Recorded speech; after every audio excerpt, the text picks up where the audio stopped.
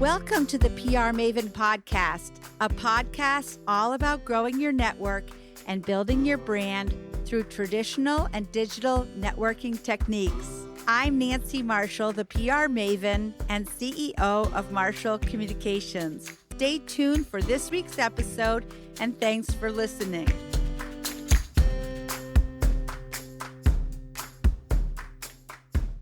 Welcome, PR Maven Nation, to this week's episode, number 181, one of our mini episodes, a quick and informative look at how COVID-19 changed communications forever. The podcast is presented by Marshall Communications, creator of the 65-step Marshall Plan process. For more information, visit marshallpr.com. And on the website under PR Maven, you'll also find information about my two books, PR Works and Grow Your Audience, Grow Your Brand. This week, I will be sharing my Forbes Agency Council article entitled Compassion and Empathy, How COVID-19 Changed Communications Forever. So let's dive right in. Over the last 2 years, our entire system of communications changed. Yes, it's been 2 years since the onset of the pandemic. In-person, face-to-face interaction seems to have largely become a relic of the past, personally and in business. Zoom calls, emails, and phone calls have taken over. Even when we do see others in person, face masks present a literal barrier between people, making it difficult to read facial expressions and gauge how others are feeling. As human beings, we were not born to be in isolation. It's not natural. It certainly isn't for me. In addition to the pandemic's devastating health effects, there have been countless residual impacts on business people, the elderly, healthcare workers, teachers, students, children, and the list goes on. My own mother is 88 years old, and she's in assisted living. And she has spent a lot of time, actually too much time, isolated from others. It's extremely challenging for people like her who need social contact to keep their brains functioning at an optimal level. Fortunately, mental health is now a prevalent topic of discussion. It's no longer taboo or off limits to discuss mental health struggles, even if you're famous. Olympians like skier Mikaela Shiffrin, who I follow, and gymnast Simone Biles, world-class athletes, have come out publicly as vulnerable people. And that's okay. It's no surprise that such people suffer from the pressures of greatness, and they are brave enough to admit it. Of course, celebrities aren't alone. Millions of everyday folks deal with mental health challenges too. Life is just plain hard oftentimes. As business leaders, we need to recognize that life is hard. I think the pandemic has taught us that we need to be more compassionate and empathetic than ever before, even in company meetings. In meetings, we must remember to give others the time of day to talk about how they're feeling. Everyone deserves to be heard, especially when you're relying on people to produce and add value. Employees need to feel empowered, and people are only empowered when they feel like they are heard. At my agency, we make sure to have weekly check-ins via Zoom where we discuss something positive that has happened to us in the last week. And it's not just professional. We encourage people to share good news about their personal lives too. The lines between personal and professional have been blurred in recent years, so employers must take time to care about people's actual lives, even outside of work. Employees appreciate it. Communication hasn't only changed in terms of mediums such as Zoom or FaceTime.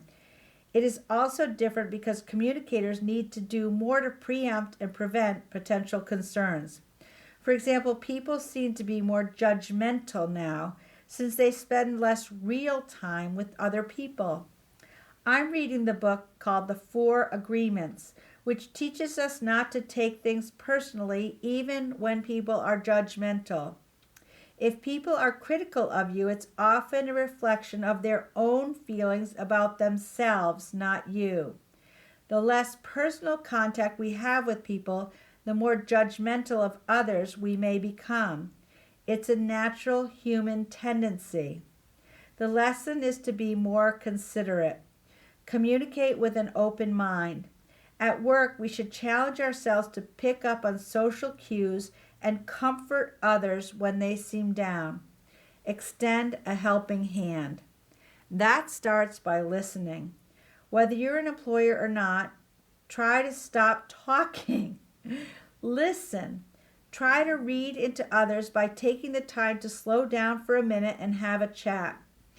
Face-to-face conversations are obviously best, but you can be creative too.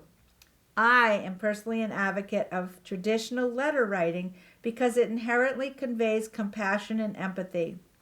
I write letters to family and friends all of the time, and they love it. And they write back, which I love too. You can break down your communication goals into action items. Slow down and listen to others. Assume that life is hard and people are struggling. Make an extra effort to check in. Show compassion and empathy. And take care of yourself too, so you can communicate at your best and be your best. That last one is really important. From eating well to sleeping enough, you can't take care of others if you don't take care of yourself first. Treat your body like a temple to get your mind right, and then spread your goodwill to others. For more insight, get access to my latest book, Grow Your Audience, Grow Your Brand, by visiting prmaven.com/giveaway and download a free copy today. And here is my friend, Mike Duguay, to share how PR Works and Grow Your Audience, Grow Your Brand have helped him. After reading PR Works, I really started to think about how marketing actually works. And I know that sounds a little bit ridiculous, but what I realized is that each platform nowadays that we use out there in digital media and social media has its own nuance and also quirks to it. And understanding how they're used is exceedingly important. Because when you have a hammer in your hand, everything looks like a nail. And you can't approach it that way in marketing. And that's where I think Nancy's brilliance really shined in PR Works. I think Grow Your Audience, Grow Your Brand is really sort of the manifesto of understanding that there's many different levels to marketing. It's on your personal side of your brand, how actually you express yourself through business, but also what people hear you saying and what they see out there in the public eye as well. So I think what's really important there, that's really the blueprint of how you go about using these new social media platforms, but also to express who you are as a human being. Because people want to see you authentically and genuinely working with not only what you do, but also with the customers. And Nancy, on a personal level, I think that's who she is. She embodies that approach.